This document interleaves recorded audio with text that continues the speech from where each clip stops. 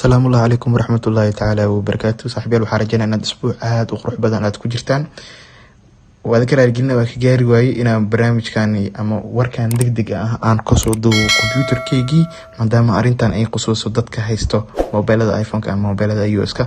Saaxiibayaal saacado ka hor waxaa soo dhacay news aad u weyn oo ah in dadka haysto ama isticmaalo mobilada iPhone ka in gabi ahaanba hadda ka dambe wixii ka dambe MT4 MT5 dambe aysan ka heli doonin App Store ka ama aadan ka soo degsan doonin App Store ka sababta gadal ayaa kaaga sheegi doona hada sida u jeedin waxa ku jira App Store ka oo App Store keegi hadii aad fiiriso MT4 iyo MT5 hadii aan ku qoro labadoodba midba kama helayay oo already gabi ahaanba waxa laga saaray App Store kii in MT4 iyo MT5 ah ay ka soo dhex muuqdaan. waxa ujeedaa in MT4 idil aanan hadda meeshan ugu jeedin hadii aad fiirino mar kale MT5 sidoo kale meeshan waxa inoo muuqan doonta ayadana MT5 ka gabi ahaanba in App Store ka laga saaray. sababta arintan ugu weyn oo dhacayso saaxiibayaal waxa waaye in news hadda ka soo baxay ama saacado ka hor soo baxay oo arintan lagu shaacinayay ayaa ah in appka iPhone ka ama shirkadda iPhone ka ee xayiraad ku soo rugtay in appka MT4 iyo MT5 damba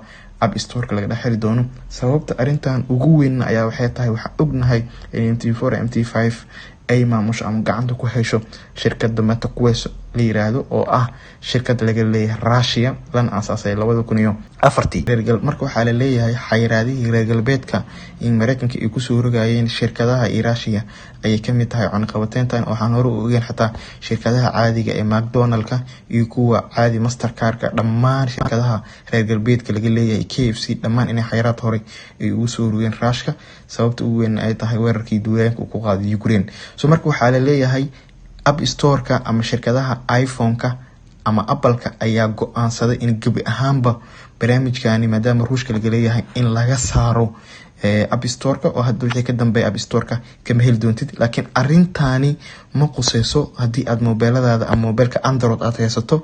hadda sida kale hadda u jeedin mobilkii waxa uu jeedaa in MT4 keegi uu wili ku jiro oo ii shaqeynay wax barbaleem aysan ka jirin. waxa la leeyahay hadii MT4 ka iyo MT5 ka hore uu kugu jiro wax barbaleem malaha waad ku direed gareey kartaa laakiin hal mar hadii aad mobilkaagii ka saarto waa sidaad ugu saartay oo mar labaadi lama soo heli kartid. marka waxa ay kala talin lahaayeen inaad si fiican u ilaalsato aadan appkaagii iska saarin. sidoo kale hadii dhanka Bluefix aan imaano Bluefix waxa ognahay barnaamijka isticmaalaysa platformka isticmaalayso inuu yahay C-Trader oo C-Trader ka iyo barnaamijyadan kale MT4 ka iyo MT5 ka isku platform ma aha oo ay kala duwan yihiin. arintani wax quseeya male ama xagga platformkan C-Trader ka waxba kama garin oo si caadi ayaan ugu trade gareynayna hadii aan account ka haysatay Bluefix oo wax barbaleem ku jiro. sidoo kale waxa xusad mudan saaxiibayaal in weegii hore aan Bluefix ka soo dhameynay qof allaal qof link iska diiwaan geliyo in 1% bonus accountkiisa loo diri doono waa dadka cusub oo kaliya hadii link iska diiwaan gelisid dadka kale meesha 5 ka raadinayaan adiga 4 kaliya ayaad ka raadinaysaa si aad lacagtaada uga baxdo. sidoo kale meeshii 10 qasaaraha guud oo ahaayeen waxay inoo ogolaadeen 11 qasaaro inaan anaga helayno qof linki iska diiwaan geliyay. sidoo kale hadii accountkaas monthly subscription aad qaadato waxa ku sii doonaa 3% cashback lacagtaad bixisay. hadii accountka one time ka Bluefix aad qaadatana 5% cashback ayaan ka siinaya.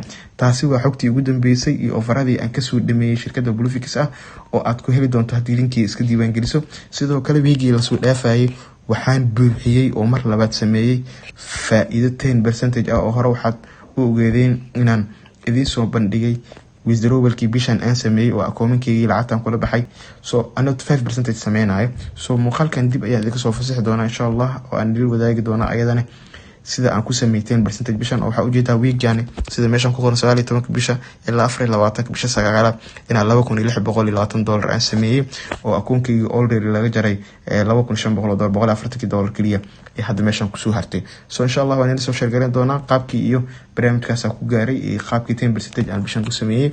muuqaal aan ka soo wada jirto weekend soo socdo ayaan soo daan doona oo soo fasaxi doona. taas waa macluumaadka Bluefix.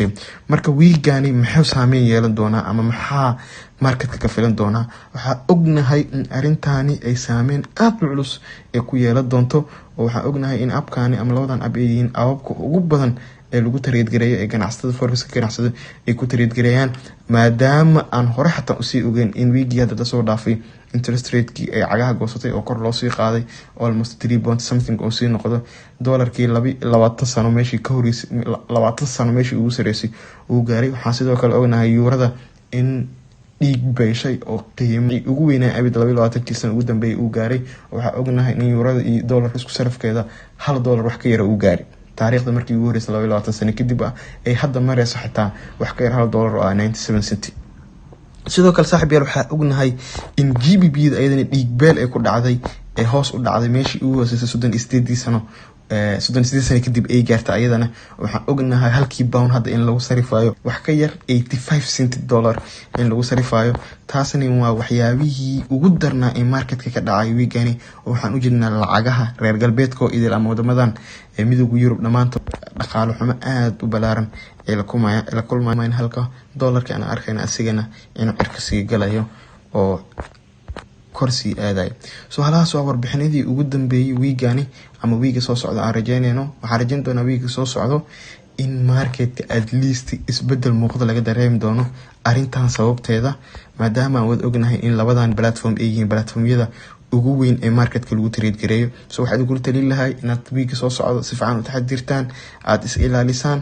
waxaan arki doonaa insha Allah marketka iyo wixii ka dhaco. muuqaalkan intaas aad ku talagalay. sidaas iyo salaamu alaykum waraxmatullaahi ta'ala wa barakaatuh.